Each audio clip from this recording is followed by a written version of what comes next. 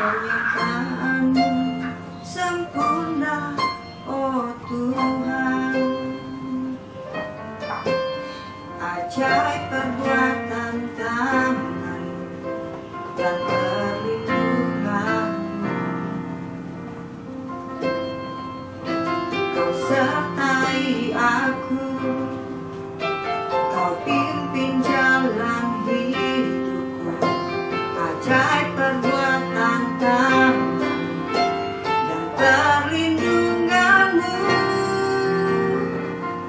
Kau besar dan ajaib, Yesus. Hidupku diselamatkan, jiwaku dipulihkan-Mu. Kau besar.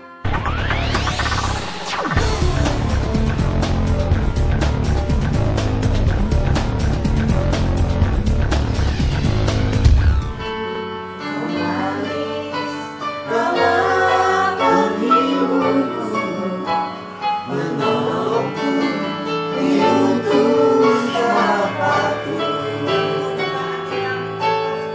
Membuka hati untuk Tuhan. Membuka hati menyembah-Mu, Yesus. Jamahlah kami, penuhi kami dengan kuasa Allah Maha Tinggi.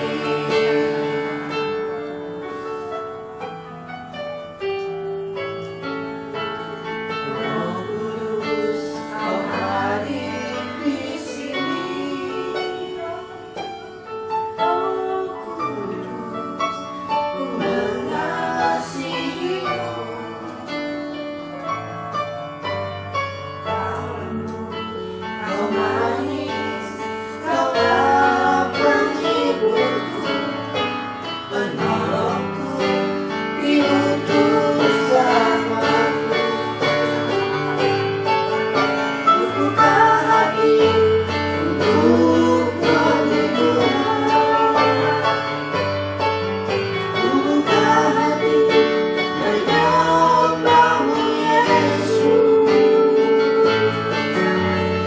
Jamahlah kami, penuhi kami dengan kuasa Allah Maha Tinggi.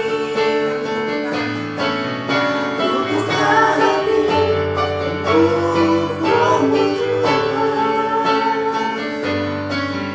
Membuka hati menyembah-Mu, Yesus. Jamahlah kami, penuhi kami dengan kuasa Allah Maha Tinggi. Jamahlah kami, penuhi kami dengan kuasa Allah Maha Tinggi. Dengan kuasa Allah Maha Tinggi.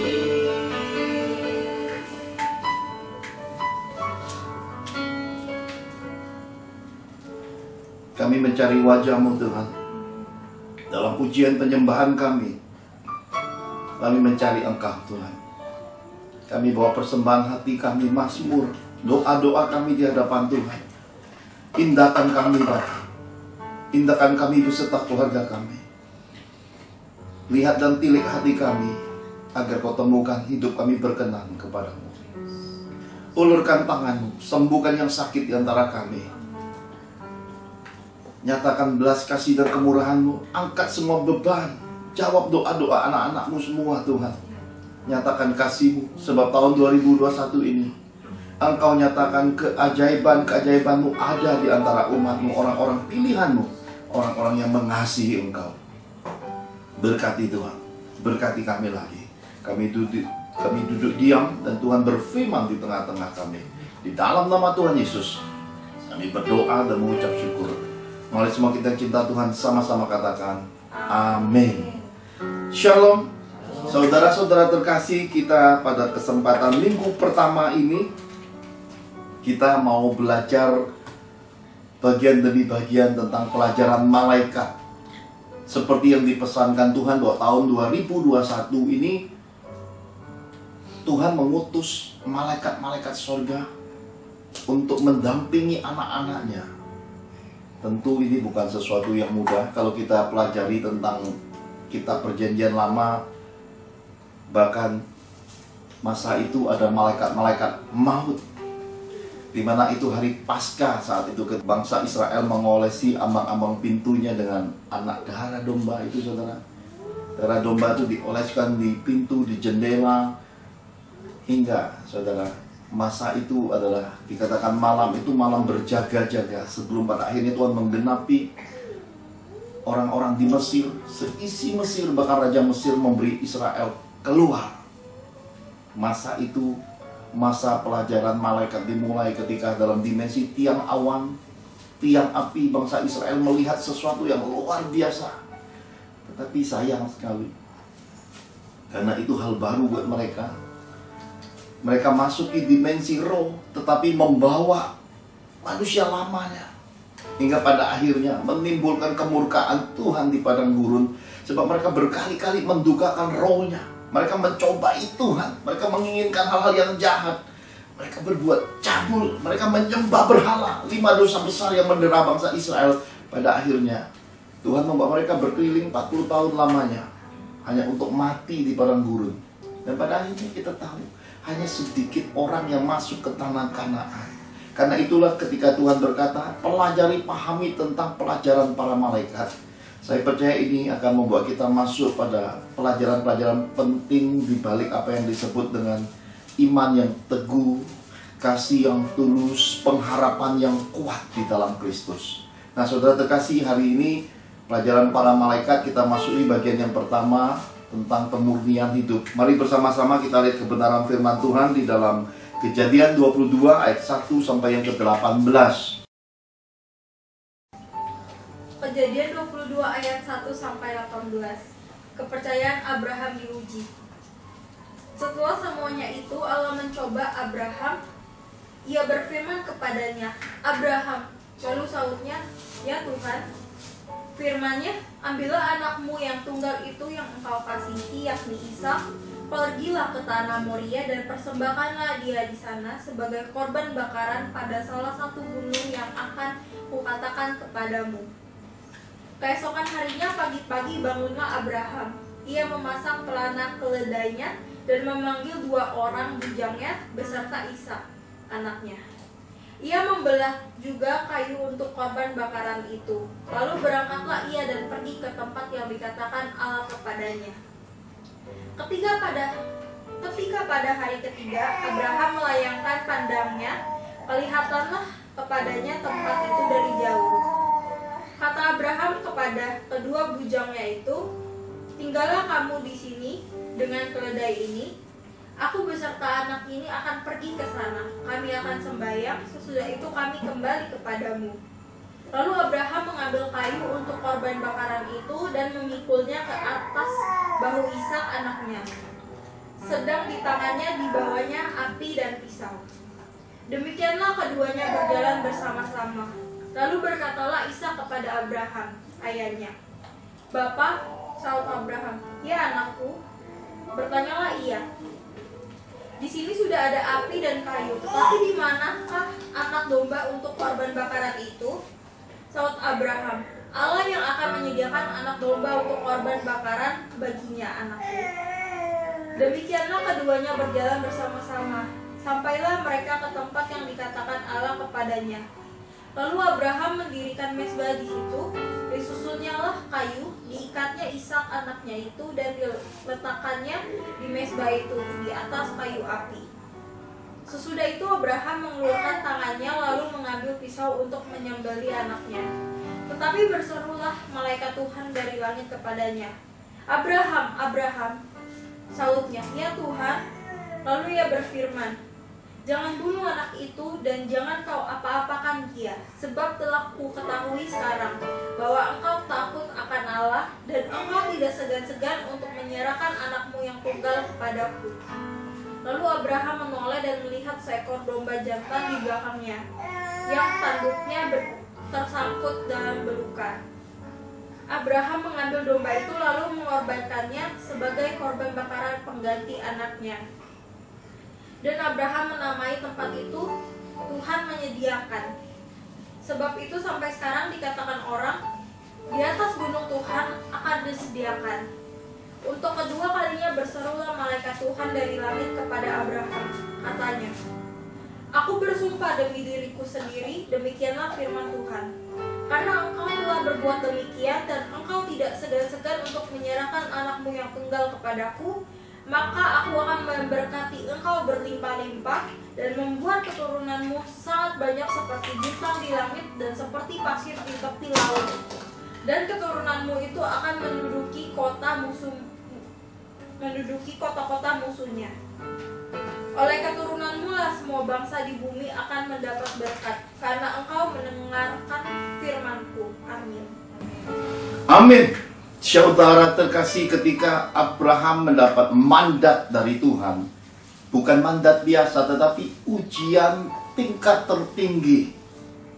Hari ini banyak di antara kita kalau diberi kesempatan ujian tingkatan iman ini, tidak mudah saudara, karena harus melepaskan hal yang paling kita banggakan, hal yang sudah lama kita nantikan, sesuatu yang menjadi bagian hidup kita yang demikian lama sudah mendera kita, tiba-tiba sudah ada di hidup kita dan Tuhan minta yang paling berharga itu.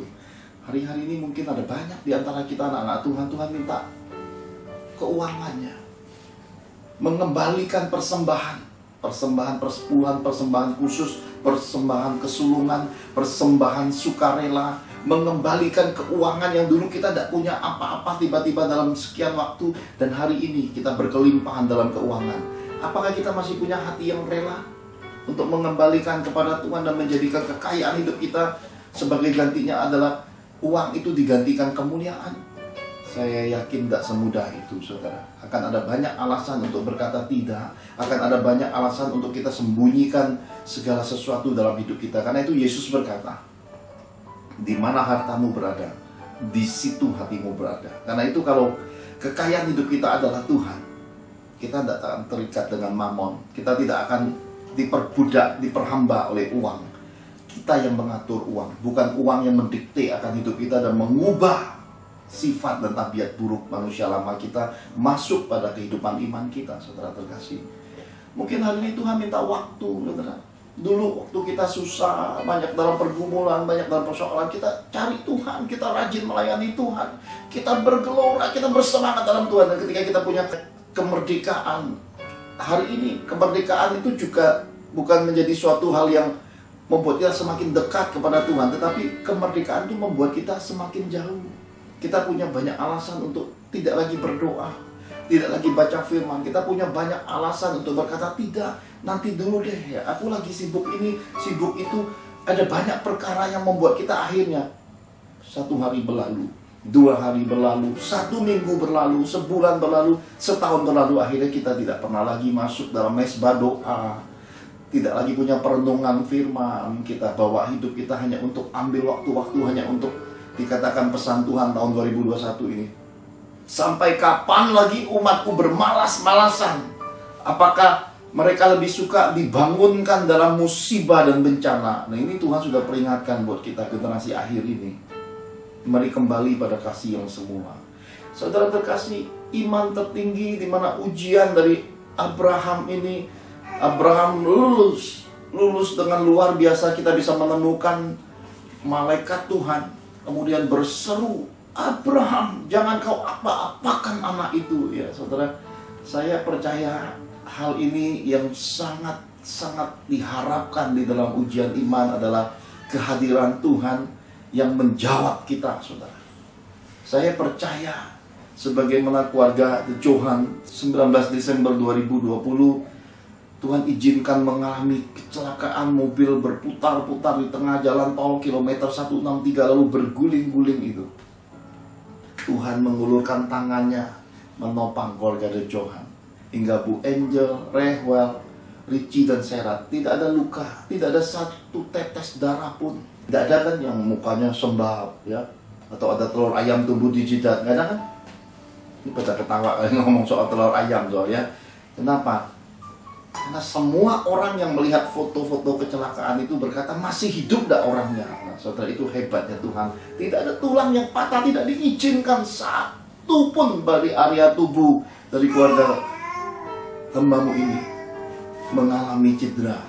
Ya cuma memar-memar, ya itu manusiawi yang Tuhan izinkan karena memang tubuh itu lemah, saudara. Dibenturnya bukan dengan benturan biasa tetapi dengan besi, saudara ya. Tetapi lihatlah, penyertaan Tuhan itu sempurna, saudara. Malaikat Tuhan yang digambarkan di dalam perjanjian lama oleh banyak sekali ahli-ahli teologi, mereka menafsirkannya sebagai Tuhan Yesus, saudara ya.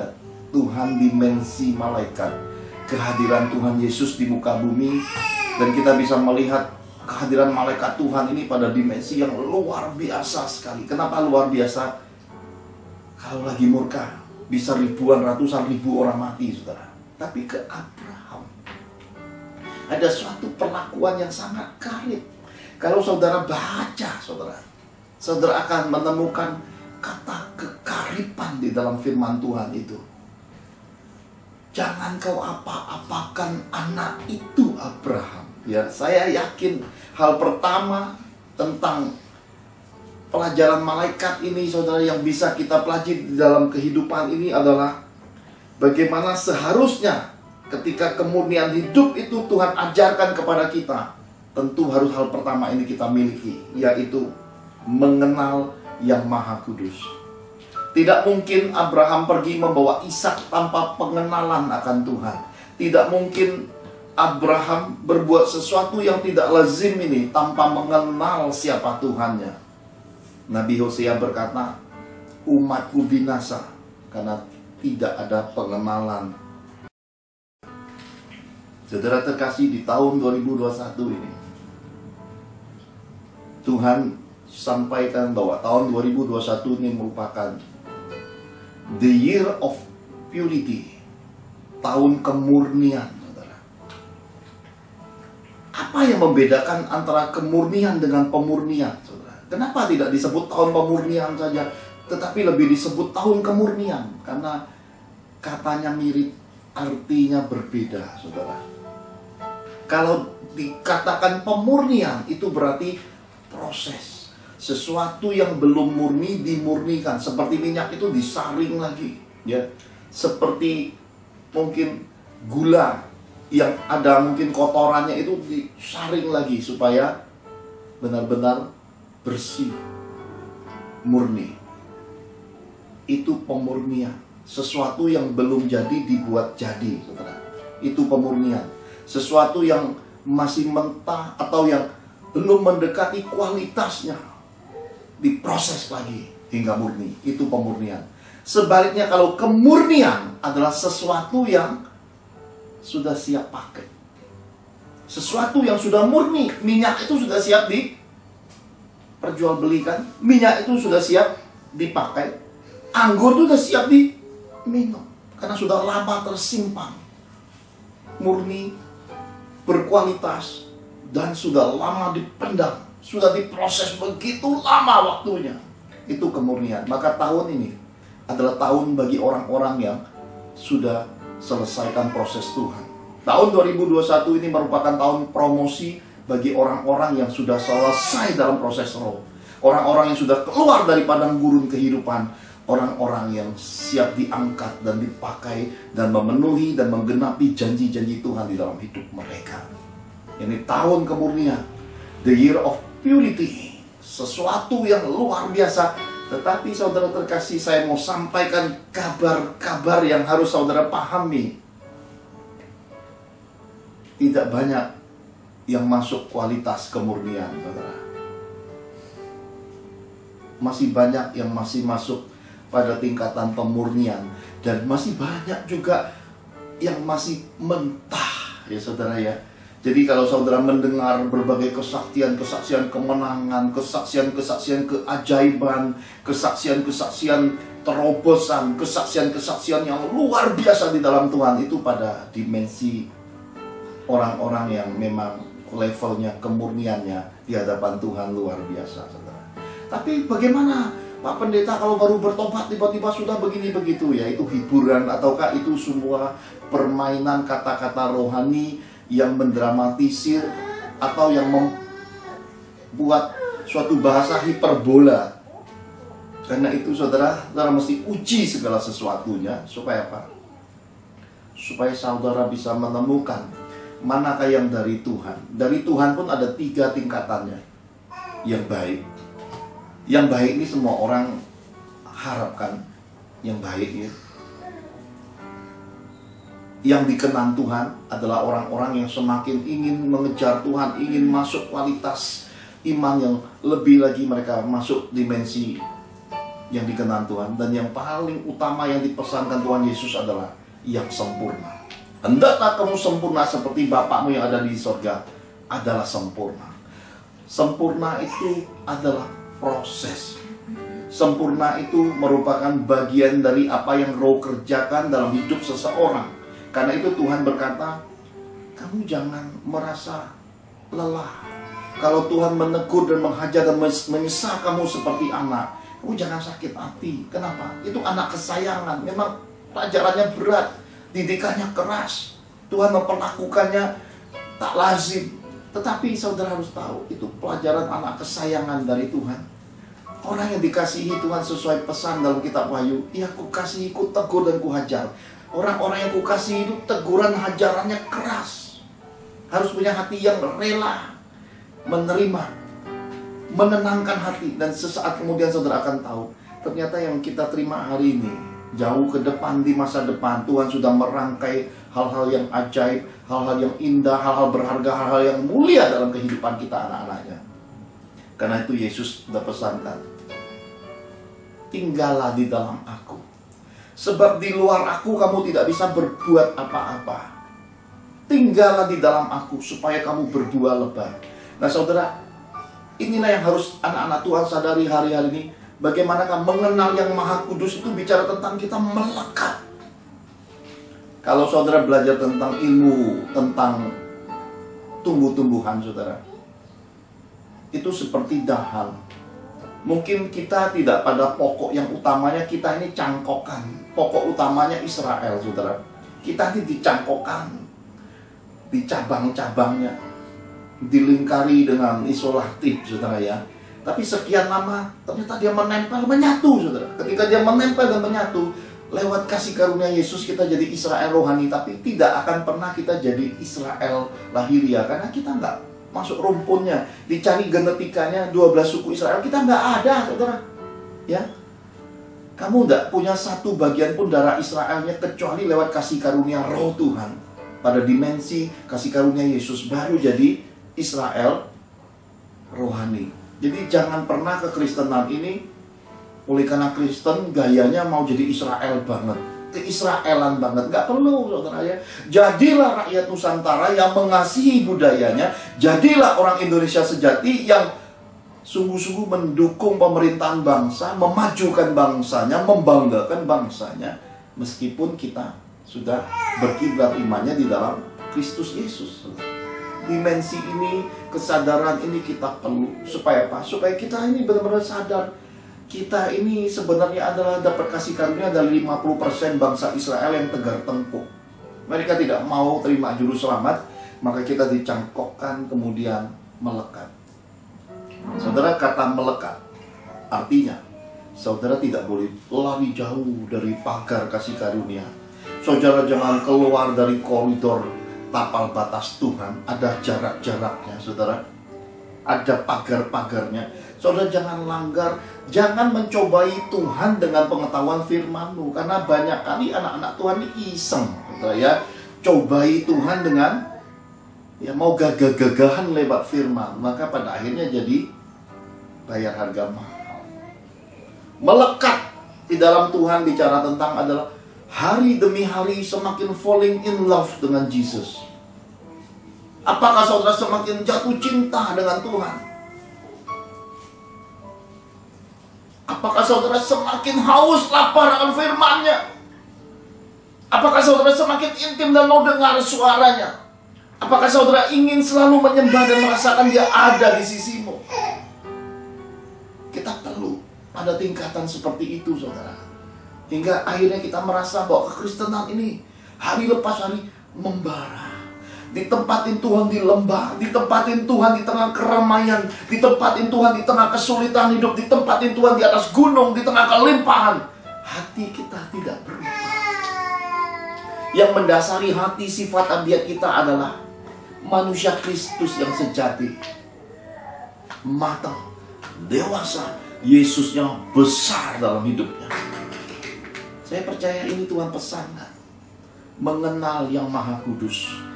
Salomo dalam segala kemegahan hidupnya, dia mencatat hal penting di balik pengenalan yang Maha Kudus. Mari kita lihat firman yang dinasihatkan Salomo di dalam Amsal 9 ayat 10 dan 11.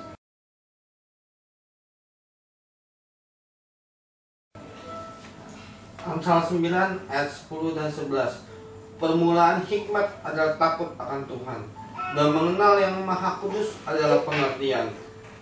Karena oleh kamu umurmu diperpanjang dan tahun-tahun hidupmu ditambah. Amin. Saudara terkasih, Salomo berkata permulaan hikmat adalah takut akan Tuhan, dan mengenal yang Maha Kudus adalah pengertian. Jadi hikmat itu mendasari pengertian. Hidup takut akan Tuhan itu mendasari pengenalan akan Tuhan. Tanpa saudara punya hikmat, saudara tidak akan matang dalam pengertian. Tanpa saudara hidup takut akan Tuhan, tidak mungkin saudara akan mengenal lebih dalam yang Maha Kudus, saudara. Karena itu buah-buah di balik hikmat dan pengertian ini adalah umur panjang, tahun-tahun hidupmu ditambah. Ini luar biasa, saya berkata. Kenapa? Karena ini yang dicari semua bangsa, saudara ya.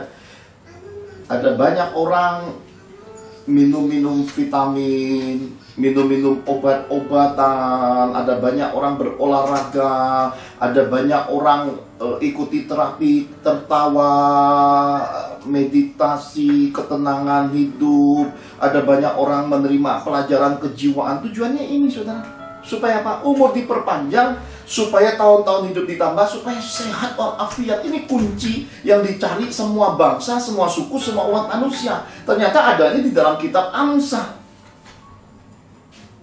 Hidup takut akan Tuhan, mengenal yang Maha Kudus, itu memperpanjang umur.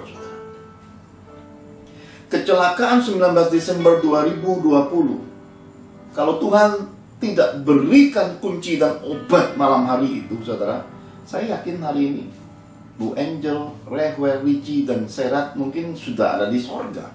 Bayangin hidup saya seorang diri, mandi sendiri, makan sendiri, harus jalan hidup sendiri, beratnya seperti apa. Oleh karena ada roh yang dibekali dalam hidup kita orang-orang beriman, malam itu Tuhan memerintahkan saya untuk anak-anak dan Bu Angel memberkati papa saya. Karena ada tertulis di dalam firman, hormati ayah dan ibumu. Hormat bukan bicara hormat ya Pak, hormat ya Ma. Ya nggak gitu ya saudara ya.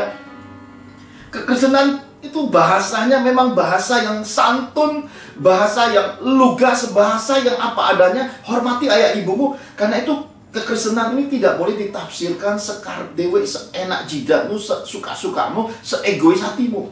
Kekristenan ini harus ditafsirkan menurut perbuatan-perbuatan yang terpuji. Iman yang memuliakan Tuhan, tindakan-tindakan di balik iman yang memang itu memuliakan Tuhan. Jadi bukan hormat Pak, hormat Ma, ya bukan begitu saudara ya. Hormat Pak Gembala, hormat Pak Pendeta, ya nggak begitu saudara. Kalau saudara menganggap hamba-hamba Tuhan sebagai perwakilan Tuhan yang menyampaikan suara Tuhan, bukan sebatas hormat-hormat begini. Berbuat baik kepada mereka, lakukan tindakan kasih, lakukan hal-hal terpuji. Anak-anak saya dengan Bu Angel memberi berkat keuangan sebelum berangkat. Dikatakan hormati ayah ibumu, lanjut umurmu di tanah yang diberkati Tuhan kepadamu. Artinya apa? Tuhan membuat kehidupan kita masuk di dalam pagar kasih karunia. Kecelakaan tidak bisa dihindari. Ketragisan hidup terkadang harus kita lewati, tetapi tangan Tuhan menyertai. Ingat, Tuhan berpesan, kesakitan, pencobaan, kecelakaan, bencana buat orang benar itu banyak, saudara. Orang-orang benar itu bisa jatuh, tapi tidak sampai tergeletak. Kenapa? Karena ada tangan Tuhan nopang mereka. Kitab suci sudah ingatkan kepada kita, kalau orang benar saja hampir-hampir tidak bisa diselamatkan, artinya apa? Kita sebagai anak-anak Tuhan pun akan mengalami banyak hal-hal yang tidak menyenangkan dalam hidup ini. Tetapi jadi sebuah parameter, kalau yang benar aja hampir-hampir nggak selamat, gimana orang-orang nggak benar? Itu kan jadi cermin sebenarnya. Kalau keluarga De Johan aja, yang dalam misi perjalanan bisa mengalami hal-hal yang mengerikan itu, tapi buahnya adalah keselamatan yang dari Tuhan, kesaksian yang memuliakan Tuhan, dengan pembuktian tidak ada setes darah pun, tidak ada tulang patah. Itu kenapa? Karena Tuhan ingin memberikan sebuah cermin refleksi bagi anak-anaknya. Jangan menghakimi sesama, karena kalau kita ada pada posisi yang sama, musibah yang sama, kecelakaan yang sama, belum tentu hasilnya buahnya seperti yang dialami keluarga De Johan, saudara. Saya percaya ini hal yang luar biasa dalam kehidupan. Hikmat dan pengertian, takut akan Tuhan, mengenal yang Maha Kudus. Dengan demikian, anugerah Tuhan itu luar biasa. Saya teringat kemarin ketika saya sedang mengerjakan tulisan-tulisan pesan Tuhan nubuatan tahun 2021. Tiba-tiba teman SD saya, teman yang 33 tahun lalu, menghubungi saya di WhatsApp dan berkata, tolong dukung aku Pak Pendeta, suamiku masuk rumah sakit lagi. Saya baca, roh menggerakkan saya membalas. Padahal saya ini sedang lagi mengetik tulisan pesan Tuhan, saudara. Itu butuh waktu lama sekali. Maka kemarin saya baru bisa istirahat tuh jam 4:30 pagi, saudara. Sesudah semuanya rampung masuk YouTube dan bisa saudara nikmati.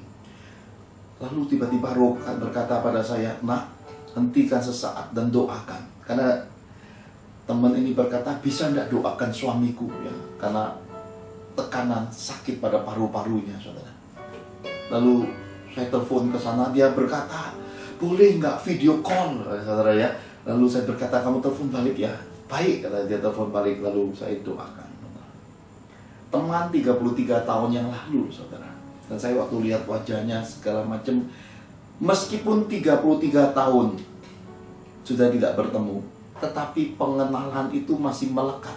Karena saya masih bisa melihat warna masa kecil dari teman ini. Suaminya saya baru ketemu, lalu saya berkata, suatu hari nanti kalau saya datang ke tanah kelahiran kita di Babel, bukan Babel Israel, tapi Bangka Belitung di Sumatera Selatan, tanah saudara, Provinsi Bangka Belitung, saya akan ketemu dan akan doakan secara langsung nanti. Indah bukan, saudara? Ini hal yang luar biasa. Karena semasa pandemi ini saya juga bertemu dengan teman-teman, sahabat-sahabat, rekan-rekan sekerja dalam Tuhan pada kesempatan-kesempatan khusus yang Tuhan beri kepercayaan untuk saya melayani. Seorang sahabat dari kota Bandung datang sama istrinya, sengaja datang khusus untuk dikatakan minta saya melayani teman masa SD-nya. Ini lucu, tahun 2020, tahun lalu Tuhan membuat anak-anak semasa SD di hari senjanya, di hari usianya malah kumpul lagi ya. Saya ini ketua kelas waktu SD, saudara ya. Siap gerak. Beri hormat. Selamat pagi Bu, selamat pagi Pak. Ya, itu yang saya sering lakukan masa kecil saya. Kelihatan nggak, saudara, ketua kelas loh, saudara. Ya. Sekarang di handphone saya ini ada satu grup teman-teman masa SD, ada 35 orang masa SD dan SMP yang saya bilang siap gerak. Sudah 33 tahun hidup begitu cepat waktu ini berlalu, saudara. Dan saya memenuhi pelayanan ini. Apakah Pak Johan tak takut sama keluarga, sama serangan virus corona COVID-19? Sekali lagi kuncinya mengenal yang Maha Kudus. Kepada kita, gereja-gereja Tuhan, kepada kita umat pilihan Tuhan, dibekali dengan karunia membeda-bedakan roh. Di tahun 2020 Tuhan beri saya semacam sensor. Saya bisa merasakan di suatu area atau di suatu kumpulan orang-orang kalau ada yang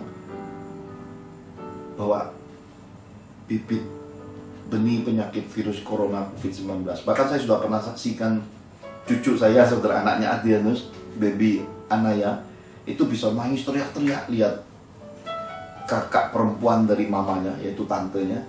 Bahkan omanya bilang, kamu ini kenapa? Lihat tantemu kayak lihat setan aja ya. Ternyata begitu diperiksa, apa yang terjadi Adrianus? Positif corona, saudara. Dan harus pembuktian kalau Pak Johan ini berada pada koridor Tuhan. Tanggal berapa Bu Angel? Waktu kita antigen tes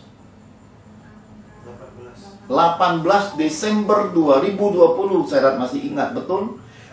Kami lakukan antigen tes. Bukan hanya antigen tes, tapi juga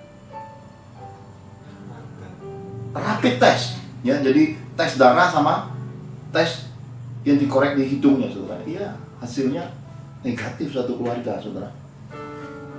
Dan bukan hanya kami, bahkan Adrianus sekeluarga selepas dideteksi ipar Adrianus kena positif COVID, mereka sekeluarga menjalani PCR.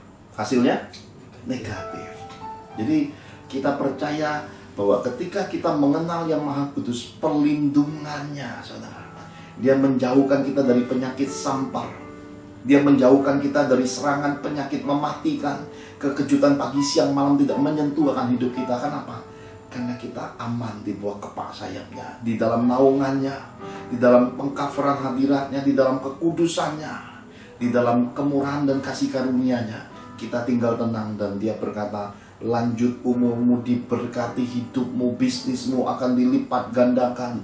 Anak-anakmu akan jadi orang-orang perkasa di muka bumi. Dan yang engkau tabur lewat pelayanan, lewat ministry, lewat hal-hal baik dalam mendukung Tuhan, dalam mendukung pekabaran Injil, yang engkau salurkan, yang engkau semaikan, itu mengumpulkan bagimu harta di sorga. Dan semakin engkau bergiat mendengar suara Tuhan, mendengarkan perintah-perintah yang engkau semakin lakukan, Dia semakin menambahkan benih dalam hidupmu. Bukan hanya engkau, Dia sudah mulai melirik generasi anak cucu mantumu untuk membekali mereka berkat-berkat yang semakin naik. Berkat Abraham, Ishak dan Yakub sampai generasi Yusuf. Berkat itu berlimpah-limpah. Dihitung secara angka, secara nominal, sampai nggak perlu dihitung dan susah untuk dihitung, saking berkat-berkat Tuhan berlimpah. Bahkan ketika seisi dunia mengalami pandemi, perusahaanmu, bisnismu mengalami pelipat gandaan yang melebihi dari tahun-tahun yang pernah ada. Itu sebagai bukti bahwa engkau mengenal Yang Maha Kudus. Dia menyertai engkau dan memberkati engkau. Lalu bagaimana kami, Pak, mengalami kemerosotan penurunan? Itu artinya engkau sedang masuki pemurnian. Karena kalau sudah masuk kemurnian, pasti langsung berbuah. Artinya sedikit waktu lagi sebelum engkau mencapai kegenapan janji-janji Tuhan itu, saudara. Karena itu, marilah hari ini semua kita bergiat untuk mengenal Yang Maha Kudus, saudara. Dengan mengenal Yang Maha Kudus, kita bisa tahu bahwa dalam kehidupan ini kita dibedakan, saudara. Haleluya. Bagian yang kedua yang Tuhan pesankan lewat pelajaran malaikat Tuhan, dimensi ujian iman tertinggi dalam hidup Abraham tadi, saudara. Bagaimanakah kemurnian seorang Abraham taat apa adanya. Yang kedua adalah mendengar suara Tuhan. Ini pelajaran yang gak mudah, tapi ini pelajaran juga yang sebenarnya gak sulit. Yesus berkata, domba-dombaku mengenal aku, domba-dombaku mendengar suaraku. Kenapa? Komunikasi. Semakin saudara sering bangun pagi, semakin saudara banyak masuk saat teduh, doa pagi hari, renungkan firman, ya, lidah pendengaranmu dipertajam sebagai lidah pendengaran seorang murid. Artinya kupingmu tuh gampang dengar suara Tuhan, lidahmu itu akan memperkatakan firman. Perkataan yang membangun, perkataan yang menguatkan, perkataan yang berisi kekuatan firman dan iman. Manusia dalammu diubahkan, ditransformasi pada hadirat Tuhan, saudara. Oleh karena itu saya percaya untuk mendengar suara Tuhan ini hanya masalah waktu, saudara. Karena Tuhan bisa bicara pada semua sisi kehidupan. Ini harus kita sadari lebih dulu. Jangan berharap pada satu sisi aja Tuhan berkata seperti suara audible aja, saudara. Dia bisa bicara dalam batin kita. Dia bisa bicara lewat keadaan di depan mata kita, lewat keluarga kita, lewat orang asing. Dia bisa bicara lewat rema, firman, tiba-tiba logos yang saudara baca dan suatu kesan saudara tangkap, itu Tuhan sedang bicara. Tuhan bicara lewat banyak cara, saudara. Pahami hal itu, jangan tersudutkan hanya berharap Tuhan bicara audible. Tidak kuat. Bangsa Israel ketika mendengar Tuhan bicara audible ketakutan. Kenapa? Suaranya menggelegar. Masih ingat waktu Yesus masuk di kolam sungai Yordan itu, saudara, masuk di sungai Yordan kolam baptisan itu. Ketika Tuhan berkata, inilah anakku, seluruh orang yang ada di sungai Yordan mendengar suara guntur, duar. Padahal itu Yohanes Pembaptis mendengar suara perkataan yang jelas, inilah anakku yang kukasihi, yang kepadanya aku berkenan. Itu suaranya jelas didengar Tuhan Yesus, jelas didengar sama Yohanes Pembaptis, tapi ada banyak orang mendengarnya guntur. Nah, saya percaya untuk dimensi suara audible itu perlu dikaruniakan. Tidak semua orang dapat hal-hal khusus yang memang Tuhan menyesuaikan semua kasih karunia-Nya menurut kepentingan kemuliaannya, saudara. Jadi tidak usah paksakan, ya boleh saja saudara pakai firman yang saudara kutip, ketuk pintu, carilah, ya, ketuklah, mintalah, ya. Ya itu pada dimensi tertentu bisa saudara terapkan, tapi pada dimensi-dimensi yang lain ya saya rasa mari kembali kepada kesederhanaan Yesus saja, saudara. Tidak usah mikirin yang terlalu tinggi-tinggi, tidak usah berharap yang berlebih-lebihan. Sehari, cukup pakai, cukup makan. Bersyukur itu adalah hidup yang luar biasa. Itu kekayaan di dalam hidup. Merasa segala sesuatu dalam hidup ini cukup, itu adalah anugerah yang luar biasa. Nah, saudara, pada dimensi mendengar suara Tuhan ini, saya mau ajak saudara melihat suatu kisah yang sangat menarik sekali. Mari kita lihat sama-sama di dalam Keluaran 15 ayat 22 sampai yang ke-27.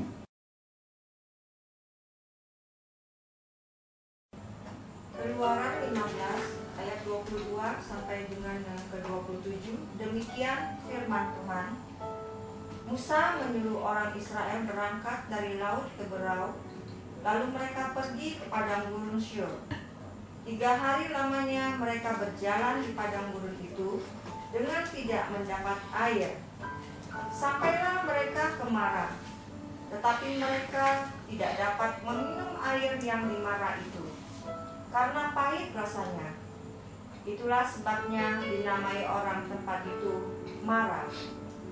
Lalu bersungut-sungutlah bangsa itu kepada Musa. Kata mereka, apakah yang akan kami minum?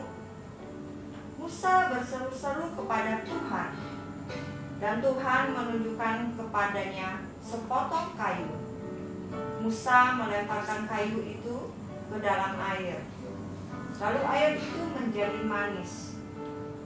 Di sanalah diberikan Tuhan ketetapan-ketetapan dan peraturan-peraturan kepada mereka, dan di sanalah Tuhan mencoba mereka. Firman-Nya, jika kamu sungguh-sungguh mendengarkan suara Tuhan Allahmu dan melakukan apa yang benar di matanya, dan memasang telingamu kepada perintah-perintahnya dan tetap mengikuti segala ketetapannya, maka aku tidak akan menimpakan kepadamu penyakit manapun yang telah kutimpakan kepada orang Mesir, sebab aku Tuhanlah yang menyembuhkan engkau. Sesudah itu sampailah mereka di Elim. Di sana ada 12 mata air dan 70 pohon kurma. Lalu berkemahlah mereka di sana di tepi air itu. Amin. Amin. Saudara terkasih, ini satu kisah yang sangat menarik. Di padang gurun Syur, saudara, bangsa Israel sudah demikian lelahnya, haus, kehausan mendera. Sebagaimana hari-hari masa pandemi tahun 2020, kemudian masuk tahun 2021, kita didera kehausan. Hari-hari kita lewati tidak biasa. Makan tidak boleh banyak orang berkumpul. Harus ada jarak. Pakai masker. Kemudian rajin cuci tangan. Saya percaya ada banyak orang hari ini sedang tersudutkan dalam kehidupan. Ada banyak orang hari ini kehidupan mendisiplinkan agar setiap orang punya penguasaan diri. Tidak bisa sesuka-suka kita lagi, karena hidup kita itu mempengaruhi orang-orang sekitar kita, khususnya keluarga kita, saudara. Ada banyak orang melihat, oh nggak ada ya, penyakitnya nggak ada ya. Saudara boleh bilang nggak ada, tapi faktanya 1,6 juta manusia meninggal dunia tahun 2020. Apakah itu tidak cukup untuk sebuah pernyataan fakta bahwa kita harus mawas diri? 77 juta manusia di dunia ini terinfeksi, saudara, berdasarkan data Desember 2020 kemarin. Saudara. Kita mesti punya penguasaan diri, itu buah roh. Nah, kitab suci berkata bangsa Israel bersungut-sungut sama Musa. Jadi dalam hidup ini seringkali orang cari sudut untuk melepaskan stres, cari alasan nyalain orang lain di balik penderitaannya, saudara. Ada banyak orang berlaku seperti itu di muka bumi.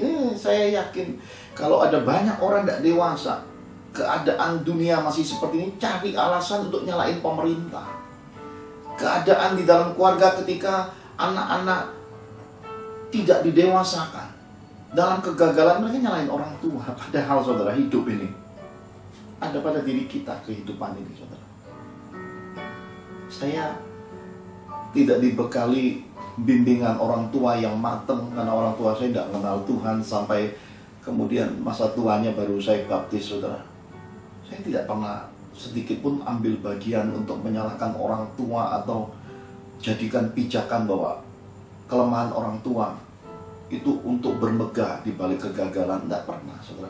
Malah di balik kelemahan orang tua saya bermegah. Kenapa? Karena saya menemukan Tuhan yang besar yang membimbing hidup saya secara pribadi, saudara. Maka saya coba terapkan ke anak-anak saya. Mungkin anak-anak saya hari ini belum bisa melihat. Kenapa? Karena jarak didikan generasinya jauh, saudara. Sementara saya masih kecil itu digeletaki mau ke hutan Cilacap, sungai penuh buaya, mau mandi ya nggak ada yang tahu ya. Ular di mana-mana di hutan ya, mau cari cempedak ya hayo.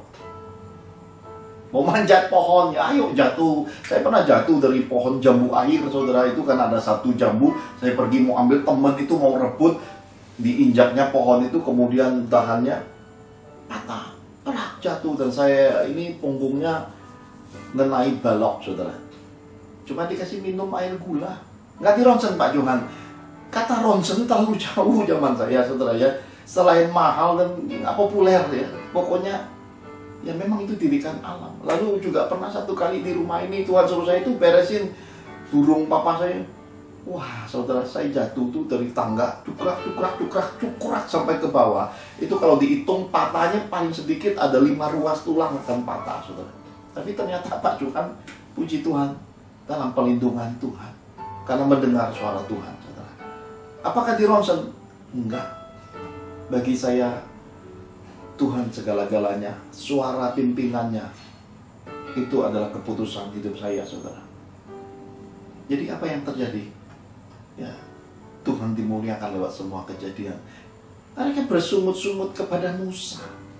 Musa sakit kepala pasti saat itu, karena ribuan orang datang teriak-teriak, gimana ini? Ada air tapi airnya pahit. Ya, makanya orang kepahitan itu sedang ada di satu tempat yang namanya marah. Maka orang marah itu adalah orang yang sedang terkurung dalam kepahitan.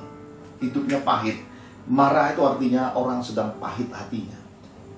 Mereka tidak bisa minum air kehidupan. Dan Musa bijaksana. Musa tidak responi, tidak ributi, tidak ngomong, pakai firman untuk nenangin bangsa Israel. Musa langsung datang kepada Tuhan. Saudara, coba saudara pikir, mengapa dalam hidup ini kita menemukan surat Timotius, kita melihat bagaimana seorang Paulus membimbing Timotius. Mengapa di dalam hidup ini kita perlu mentor rohani yang dewasa, yang terbukti kualitas keluarga, kehidupan pribadi sama Tuhannya. Kita tahu keteladanan kebijakan hidupnya. Karena memang dalam hidup ini kita tidak bisa sendiri, saudara. Dipelengkapi, diberkati untuk memberkati, dan satu dengan yang lain itu adalah seperti mata rantai, saudara. Semua saling melengkapi untuk kemuliaan Tuhan. Saya semalam sudah sampaikan tidurnya jam 4:30 dini hari. Tadi saya sempat tidur sepulang dari acara ulang tahun Dr. Jeffrey, ajak makan siang, saudara. Saya tertidur. Dalam tertidur saya malah mimpi Adrianus, saudara ya. Ini Adrianus ada di sini. Mimpinya diajak anak ceweknya Jelita pergi mancing. Dalam mimpi saya datang, apa itu? Oh, ini asik nih, ini enak nih, ikannya banyak nih. Saya ikut ngelempar, wah yang ditarik sur. Saya ikannya nggak ada, tarik talinya kemana-mana, nyangkut. Lalu saya maju ke depan lagi, saya lempar lagi. Loh, kok malah gulung, dikincir-kinciran gitu. Lalu saya lihat, ini trik, ini tipu daya. Lalu saya bilang, Adrianus tadi saat saya terjaga, kok mimpinya khusus kamu pesan Tuhan? Kamu hentikan semua hobi ini adalah trik tipu daya setan, supaya kamu hari-harinya terbuang, akhirnya kamu terlena, akhirnya kamu nggak fokus sama Tuhan dan hasil hidupmu hilang. Dia berkata, bener om, barusan ngaku. Gimana ngakunya? Kalau mancing lupa segalanya. Kalau mancing lupa segalanya. Makanya nanti saya mau bekali Lina sama Jelita itu alat pemotong besi, saudara ya. Saya selalu ngajari anak-anak rohani saya, kalau pakai omongan nggak bisa, itu ya kayunya dipotong bagi 3, bagi 5. Kenapa? Ya, jalan hidup itu harus dipotong. Karena Yesus berkata, setiap pohon yang tidak berbuah harus dipotong. Itu Alkitabiah. Itu Alkitabiah. Dulu main burung, saya sudah bilang sama anak gadisnya Adrianus, Jelita, ini ajaran Om Kung. Nanti kalau papa dikasih tahu nggak bisa, lapor ke tante poponya. Kalau tante poponya ngomong masih nggak mempan, ini Om Kung buka itunya, kandangnya, tangkep, pencet-pencet burungnya. Lihat, nuansa sukacita selalu saya ajarkan kepada anak-anak rohani yang saya bimbing, orang-orang yang saya mentoring. Kenapa? Karena pelajaran hidup pada dimensi sukacita tidak boleh hilang, saudara. Persoalan hidup boleh seberat apapun, tapi kita tidak boleh kehilangan sukacita. Tidak boleh kehilangan hati yang mau dengar-dengaran akan suaranya. Tidak boleh kehilangan roh untuk mau belajar dan mau diajar, saudara. Itu Tuhan suka pada generasi seperti itu, saudara. Karena itu, selepas mimpi tadi, kemudian saya bilang ke Adrianus langsung menangkap. Dan itu masuk ke dalam jiwanya, dalam rohnya. Tanpa saya ikut campur lagi, dia akan berubah sendiri. Karena sesuatu yang Tuhan pesankan hari ini, itu berpengaruh untuk masa depan akan hidup kita, saudara. Maka ketika Musa datang kepada Tuhan, yang dilihatnya itu sepotong kayu, saudara ya. Hebat ya, saudara.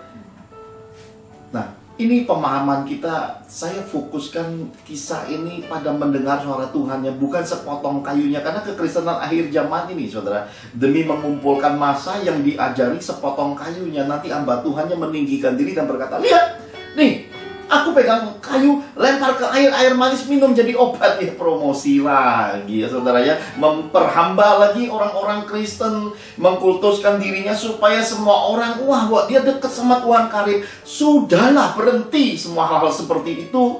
Itu bukan sesuatu yang murni mendewasakan umat. Itu sebenarnya sedang membuat dirimu jadi Tuhan. Jangan menganggap terlalu karib sama Tuhan. Mari bawa semua orang karib kepada Tuhan. Semakin kita membuat banyak orang berhasil dalam kehidupan, maka kita pasti tanpa kita ngomong sekalipun, semua orang akan berkata, sungguh hidupnya adalah orang sukses dalam kehidupan. Kenapa? Buahnya, saudara. Ya, saya mengasihi semua suku, kaum, bahasa, dan bangsa, bahkan semua keberagaman agama dan kepercayaan. Dari mana buktinya? Rekam jejak saya, saudara. Ketika kecelakaan kemarin, yang saya telepon untuk mengurusi mobil itu bukan orang Kristen, saudara ya. Justru yang saya titip ke mobil itu adalah orang yang dari kepercayaan agama Muslim, saudara. Dulu staf saya di Astra Internasional. Dia berkata, Pak, udah mobil titip sini. Nah, untuk membawa mobil itu sampai ke tempat, kerabat saya yang sekarang adalah seorang bos tauke yang punya showroom itu, yang dulu adalah staf saya dan hari ini jadi bos besar. Saya perlu kendaraan derek, kendaraan towing. Maka ada teman-teman saya yang dari golongan teologi, saudara, para teolog berkata, Pastor Johan, tunggu sebentar. Ada teman saya dari Cirebon. Nah, ini berkat-berkat teman-teman dari Cirebon. Tuhan memberkati semua saudara-saudara seiman di Cirebon. Ada presiden chapter dari Full Gospel Cirebon kontak saya.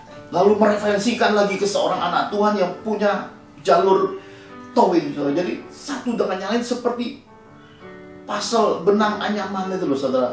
Saling memberkati.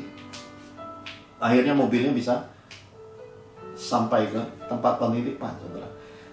Saya pergi lihat, dinyalain mobilnya masih nyala, tetapi asapnya, saudara, wah, layakkah mobil itu lagi untuk dipakai? Tidak bisa. Itu udah rongsokkan semua, saudara. Dan ada banyak pesan-pesan dari mulai satpam, saudara, beda kepercayaan. Satpam bilang, Pak, mobilnya nanti Pak dijual aja, Bapak jangan pakai sama keluarga gitu lagi. Mobil begitu bisa bawa kesialan lagi nanti, atau jangan-jangan dulu Bapak beli dari mobil orang yang ngalami yang sial-sial gitu. Jadi saya itu dikasih suara-suara, saudara. Ya. Ada banyak nasihat teman-teman, semua memberi nasihat, sudah gelondongin aja. Ya. Bahkan ada satu teman berpikir untuk buat ini, buat itu, kemudian tiba-tiba Tuhan bicara sama dia dan berkata, dia hambaku, dia harus bersih, apapun yang dia pakai semuanya harus kudus, dan selalu rekam jejaknya harus rekam jejak kejujuran, keadilan, dan kebenaran mendasari semuanya. Dia berkata, bro, aku gak berani kasih input karena Tuhan ngomong begitu. Jadi saya ini, saudara, ya, tanpa saya hadir pun roh Tuhan ikut campur di mana-mana karena ada suaranya, saudara. Dia berkata-kata kepada banyak anak Tuhan. Jadi akhirnya kami putuskan mobil rongsokan itu dijual apa adanya, karena suatu pagi Tuhan berfirman pada saya, datangi pria ini. Ada kenalan saya seusia Rehwel lah, kira-kira ada 23 tahun yang lalu saya melayani keluarga ini, dan kemudian Tuhan suruh saya datang. Saya bawa motor, si bungsu pergi pagi-pagi cari ketemu. Dia berkata, aku perbaiki, aku panggil tukangku. Tukang nyerah-nyerah karena butuh 3-4 bulan dan biayanya membengkak lebih dari 50-an juta kalau dihitung, saudara. Lalu dia advise saya, sudah jual ke orang yang memang mainnya bidang-bidang mobil terbalik. Dan saudara tahu apa yang diperkatakan pembelinya? Dia berkata, gue cari mobil begini Pak Johan, banyak katanya ya, karena kecelakaan tuh tiap hari ada. Dia bilang banyak, bukan mobilnya, tapi aku bermegah bisa kenal sama Pak Johan katanya. Kenapa? Aku merasa dibimbing, aku merasa diberi nasihat, aku merasa kok kenalan ini berbeda. Kenapa? Pada saat dia sama saya pergi periksa mobil itu, seorang temannya sedang mengalami kasus di dalam bisnisnya. Lalu dia tanya, Pak Johan kan lebih senior di bidang ini, beri masukan. Ketika saya beri masukan, dia terkejut, saudara ya. Itu suara Tuhan. Kita dibedakan karena kita mendengar suara Tuhan. Maka bangsa Israel melihat Musa, wah, ini nabi besar, nggak jawab kita apa-apa, tiba-tiba udah pegang kayu. Ya, kalau orang tua kita zaman dulu udah pegang kayu, anak-anak sudah mengkerut ya. Saya belum pernah didik anak saya gitu. Kalau orang tua saya didik saya, di belakang palang pintu itu ada kayu, saudara. Kenapa? Kalau nggak sesuai dengan aturan orang tua, pulang satu langkah masuk pintu, ini kaki semua, saudara. Budak, debuk dipukul kayu, saudara. Ya.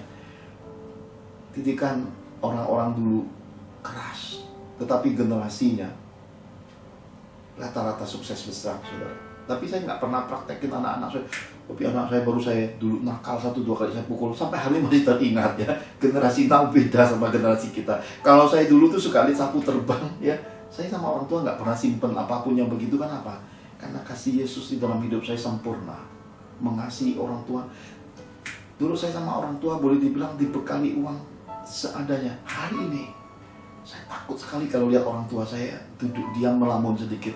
Saya lebih baik gak pegang uang, lebih baik senangkan orang tua, karena masa hidup orang tua itu sama kita, ya moga-moga kita lebih panjang. Karena itu saya terapkan. Demikian juga sama anak-anak. Dulu saya masih kecil gak dapat, sekarang saya mulai menyalurkan memberkati anak-anak. Jadi saya sebagai seorang anak memberkati orang tua, sebagai seorang papa memberkati anak-anak saya, sebagai abdi Tuhan saya memberkati umat Tuhan. Jadi saya berada pada sentral salib kehidupan, saudara. Yang ada padaku semuanya milik Yesus, yang ada padaku semuanya untuk memuliakan Tuhan. Saya terapkan itu. Jadi kapanpun Tuhan mau bawa saya pulang, saya merdeka sekali. Kenapa? Saya feel free dalam kehidupan. Ada rohnya yang memerdekakan saya, dan firmannya itu saya rasa iya dan amin dalam hidup ini, saudara. Kan itu saya menikmati kebaikan kemurahan Tuhan, dan saya bersyukur. Semasa pandemi tahun 2020 saya ketemu banyak anak-anak Tuhan. Ada beberapa pejabat di Papua berkata, Pak Johan tuh mentor rohani hidup kami dan keluarga kami. Kami terima banyak kebaikan, mulai mukjizat kesembuhan, mulai promosi, mulai banyak kali. Saya baca sekali, saudara. Saya baca pesan-pesannya dan Bu Angel terharu membacanya, dan dia berkata luar biasa perkenalan semasa pandemi. Jerman, Belgia, beberapa negara lainnya juga ada anak-anak Tuhan yang semasa pandemi lewat online kami bimbing, lewat WA ya. Ada hal-hal yang menarik di balik segala sesuatu yang terjadi ini. Kembali kita harus mendengar suara Tuhan, saudara. Nah, bagian yang ketiga yang terakhir dikatakan seperti ini, mentaati perintah Tuhan. Saya percaya bukan suatu kebetulan ketika Musa mengambil tongkat, bukan sembarang tongkat kayu yang dilempar ke air mara yang pahit itu, saudara. Ini pasti ada perintah Tuhan di baliknya. Dan ketika dilempar, kitab suci berkata air yang pahit itu jadi manis. Lalu Tuhan mengikat perintah kepada mereka. Saudara lihat, jika kamu sungguh-sungguh mendengarkan suara Tuhan Allahmu dan melakukan apa yang benar di matanya. Jadi bukan hanya mendengar, tapi melakukan, artinya mentaati Tuhan. Jadi kita terima rema, kita taati ya. Lalu buah-buah kehidupan itu dikatakan kamu akan berbuah lebat. Kamu akan memuliakan Tuhan dalam hidupmu. Oleh karena apa? Kamu mendengar suara Tuhan dan kamu mentaatinya. Ini firman. Maka Tuhan juga menyatakan tidak ada penyakit yang menimpa hidupmu. Jerat penangkap burung tidak mengenai engkau. Penyakit sampar, penyakit menular, bahkan sampar yang busuk dikatakan menjauh dari kediamanmu, saudara. Kekejutan pagi, siang, dan malam. Semua hal-hal yang mengerikan itu tidak ada lagi di dalam jalan-jalan hidupmu. Tuhan bersihkan semuanya.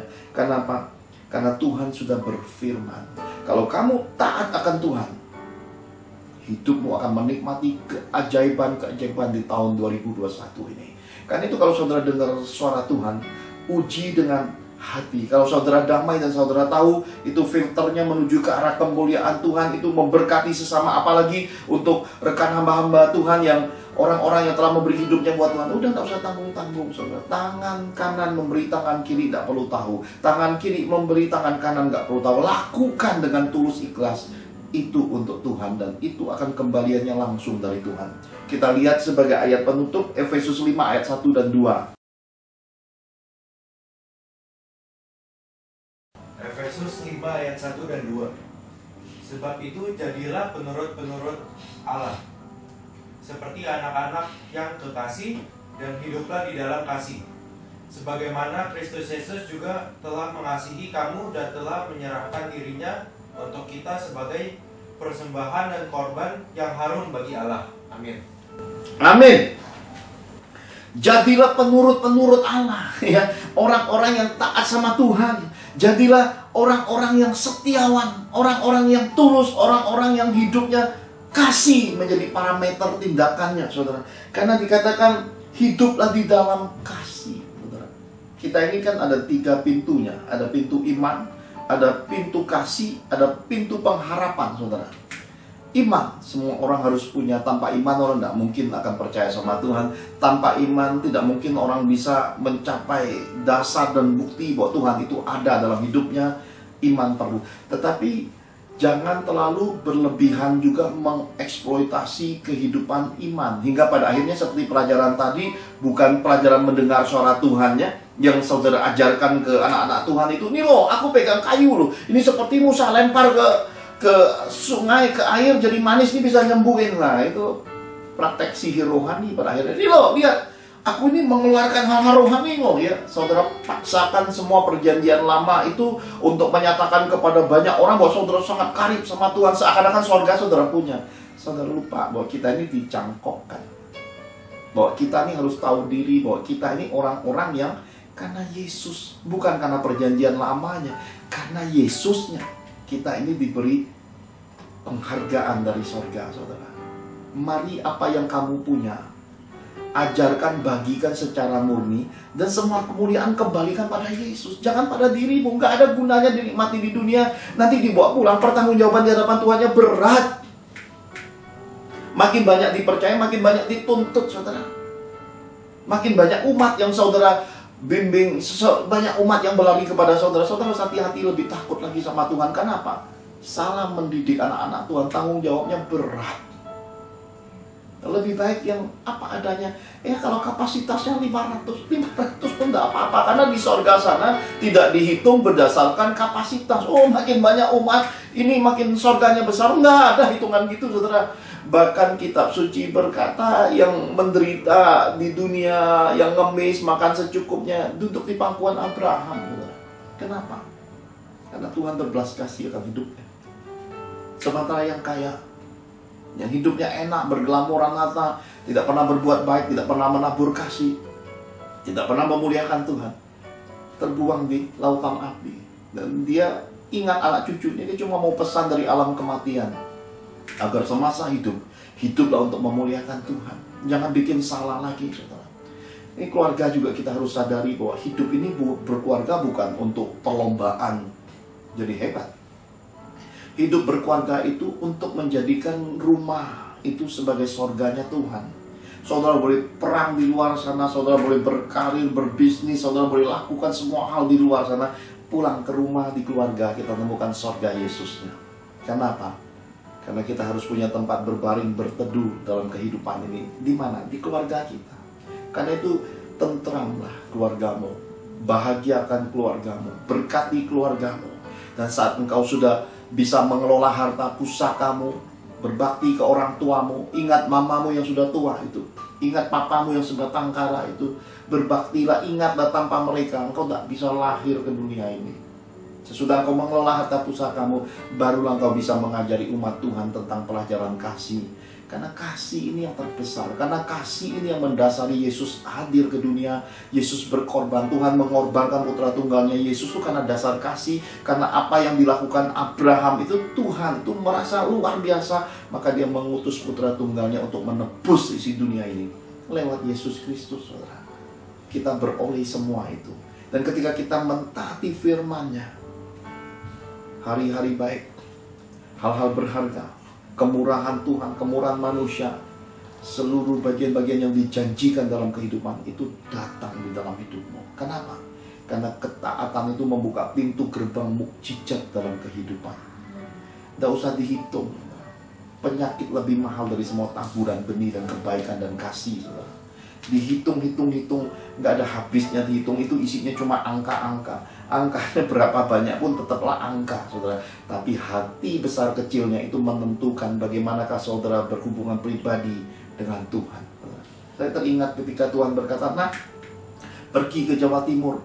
Malam ini aku mengutus engkau dibukanya maklumat. Saya melihat penampakan kemuliaan di langit." Saya pergi.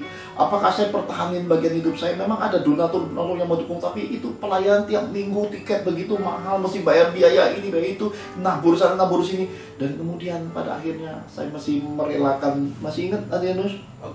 Bagong putih. Apa yang kamu rasakan? Coba kamu ngomong waktu Om lepaskan bagong putih. Sedih. Sedih, gimana rasanya? Sedih banget. Sedih banget. Adrianus saksi. Ketika saya melepaskan bagong putih, mobil yang mendampingi saya pelayanan kemanapun, saudara. Satu mobil Pajero putih diesel, saudara. Ya. Saya masih relakan untuk Tuhan. Dan apa yang terjadi? Saya mulai mengalami banyak hal tidak menyenangkan di balik yang namanya transportasi. Saya diberi kepercayaan mengelola satu mobil usia Camry hitam. Sayangnya berkali-kali mengalami penjebolan dari radiator asli sana sini, perbaikannya mahal sekali. Akhirnya juga Tuhan ambil, dan terakhir Tuhan memberi saya kelegaan di tahun 2020 dengan mobil CR-V. Dan kita tahu nasib mobil CR-V hari ini jadi rongsokan. Apa yang mau dihitung di dunia ini nggak ada yang kekal, saudara. Ya. Apakah Pak Johan sedih? Saya sedih banget. Kenapa? Selama 10 hari Rongsokan itu masuk di pikiran saya. Karena bagaimanapun masih statusnya punya Pak Johan, saya masih tanggung jawab menyelesaikan apa yang disebut dengan kepunyaan, kepemilikan, dan tanggung jawab itu tidak bisa dilepas. Meskipun sudah rongsokan, bukan berarti tutup mata, pergi tinggalin. Nah, ini sering dibuat oleh banyak orang, mereka abaikan hal-hal kecil. Hal-hal kecil pun kita harus setia.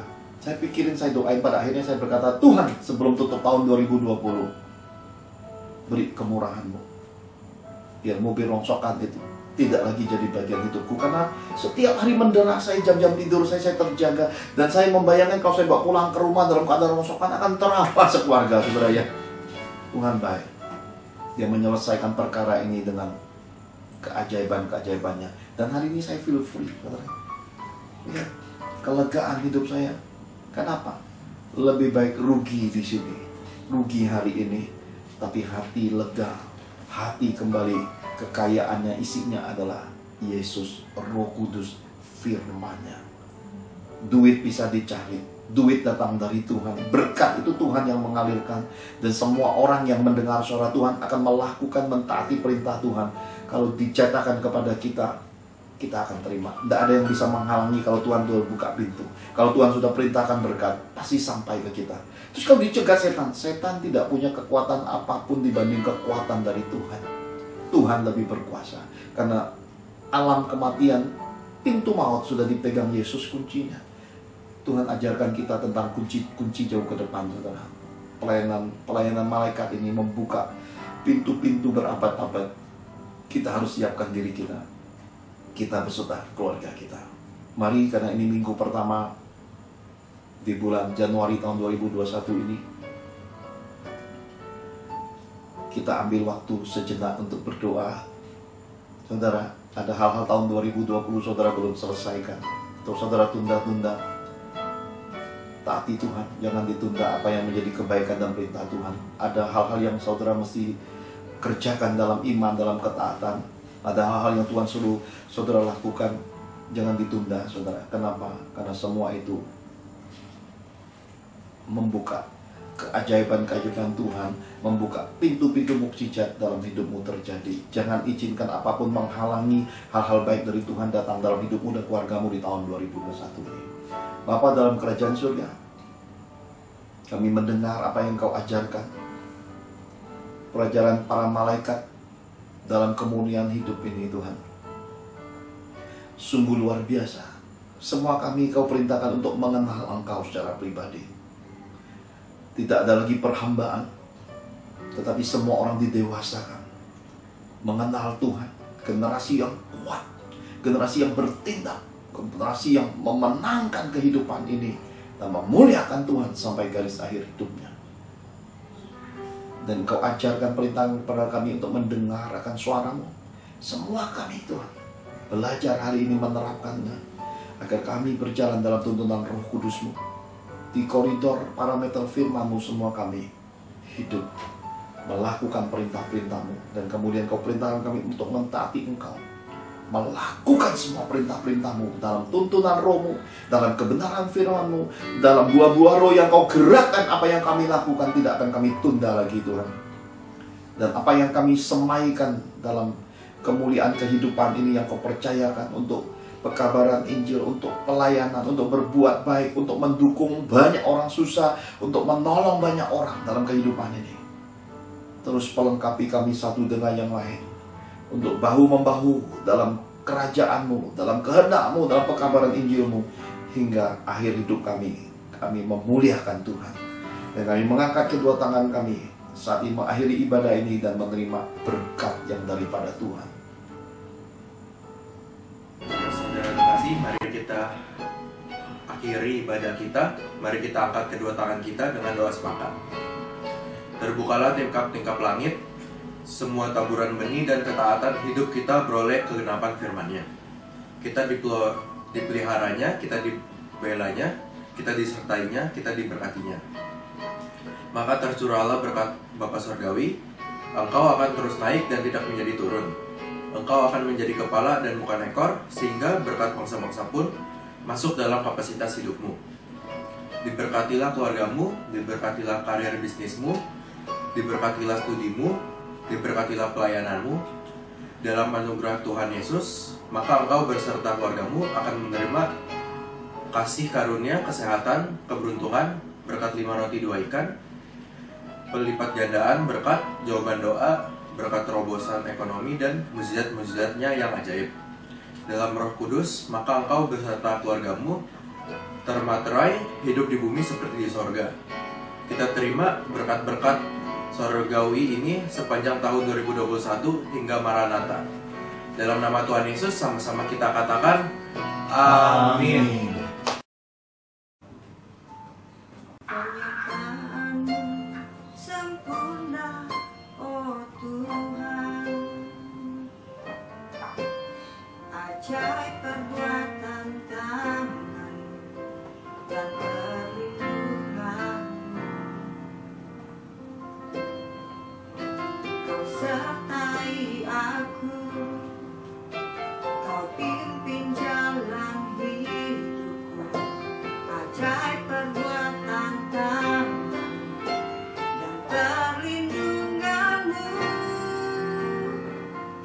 Kau besar dan ajaib Yesus. Hidup